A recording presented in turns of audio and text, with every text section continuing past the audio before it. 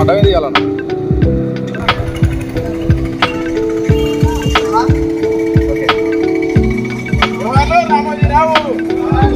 రామోజీరావు గారికి, రామోజీరావు గారికి, అమర హై రామోజీరావు, అమర హై రామోజీరావు.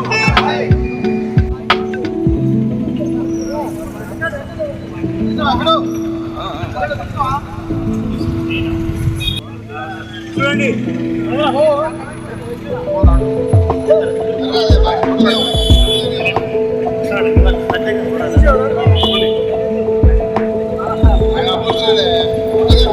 వీటిని బాగా పెడుతున్నారు దండం.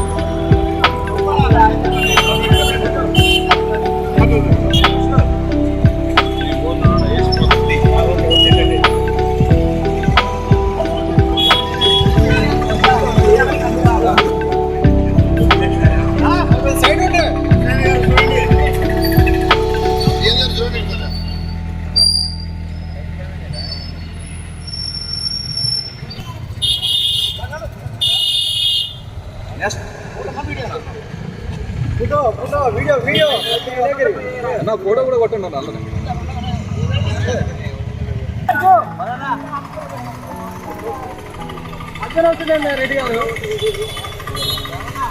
విలువలను, సమయ పాలన, క్రమశిక్షణకు మారుపేరుగా నిలిచిన జర్నలిజం మొఘల్ మన మధ్యన లేకపోవడం, అకాల మరణం చెందడం చాలా బాధాకరం. ఆయన తెలుగు భాషను పరిరక్షించడానికి, సంస్కృతి సంప్రదాయాలను కాపాడటానికి, జర్నలిజం ద్వారా అనేక మందికి, వేలాది మందికి ఉపాధి కల్పించడానికి రామోజీరావు గారు ఎన్నలేని కృషి చేశారు. తెలుగు జర్నలిజాన్ని ప్రపంచవ్యాప్తంగా నూతన పోగడలతో కలర్ ప్రింటింగ్ తీసుకొచ్చి, ట్యాబ్లెట్స్ వ్యవస్థను తీసుకొచ్చి 5 గంటల కల్లా పాఠకునికి వేరు వార్తలు అందించడంలో ఆయన అపారమైన కృషి ఉన్నది. ఆయన తన సైకిల్ ద్వారా తొక్కుతూ కూడా జర్నలిజం విలువలను కాపాడిన వ్యక్తి. అలాంటి వ్యక్తి ఈనాడు మన మధ్యన అకాల మరణం చెందడం తీరని లోటు. ఇప్పటికైనా మనం రామోజీరావు గారి ఆశయ సాధన కోసం కృషి చేయాలని, జర్నలిజం విలువల్ని కాపాడుతూ జర్నలిస్టుగా మనకు ఒక సుస్థిర స్థానం రావడానికి ఒక కారకుడైన, ఒక పునాది అయిన జర్నలిజం రామోజీరావు గారిని నిత్యం స్మరించుకుంటూ ఆయన బాటలో నడవాలని కోరుకుంటూ ఈ అవకాశం ఇచ్చినందుకు ఉన్నటువంటి రామోజీరావు గారు అకాల మరణం చెందడం జర్నలిజానికి తీరని లోటు.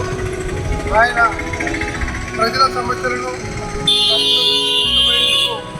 పత్రికా రంగం ఏ రకంగా ఉపయోగపడుతుందో అని చెప్పి గుర్తించి తెలుగు జర్నలిజాన్ని అత్యంత ఉన్నత శిఖరాలకు తీసుకుపోయి ప్రజల సమస్యల పరిష్కారానికి ముందడుగు వేసిన వారిలో రామోజీరావు గారు ఒకరు. ఆయన మరణం తెలుగు రాష్ట్రాలలో తెలుగు జర్నలిజానికి ఎల్లలు లేని చరిత్ర తీసుకొచ్చిన చరిత్ర నుంచి ఆయన మనకు దూరమైన తీరు బాధాకరం. ఆయన స్ఫూర్తితో, ఆయన చూపించిన మార్గంలో వందలాది మంది, వేలాది మందిగా తయారై ప్రజల సమస్యల కోసం పరిష్కారం నిమిత్తం తన వార్తల ద్వారా, తన పత్రిక ద్వారా ప్రభుత్వ దృష్టి తీసుకుపోయి పరిష్కరించిన గొప్ప మేధావి.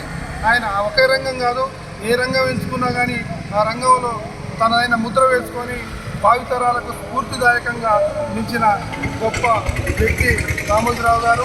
నలుగురు నడిచిన బాధే కాదు, నేను నూతన వరవడిలో నడిచి నలుగురికి దిక్సూచిగా ఉండాలనే పద్ధతితో ముందుకు సాగిన ఆయన ఈ జర్నలిజానికి దిక్సూచిగా ఉంటారని చెప్పి, జర్నలిజం ఉన్నత కాలం, పత్రికా రంగం ఉన్నత కాలం, పాత్రికేయులు ఉన్నత కాలం కూడా ఆయన చేసిన సేవలను గుర్తుంచుకోవడమే కాదు, ఆయన చూపించిన మార్గంలో ముందుకు సాగి అద్భుతమైన విజయాలు సాధించేందుకు వారు ఆదర్శంగా నిలుస్తారని చెప్పి తెలియజేస్తూ, వారి మరణం ఈ తెలుగు జర్నలిజానికే కాదు ప్రపంచవ్యాప్తంగా కూడా పాత్రికేయ రంగానికి, వృత్తికి ఆయన లేని లోటు తీరని చెప్పి తెలియజేస్తూ ఉన్నాం.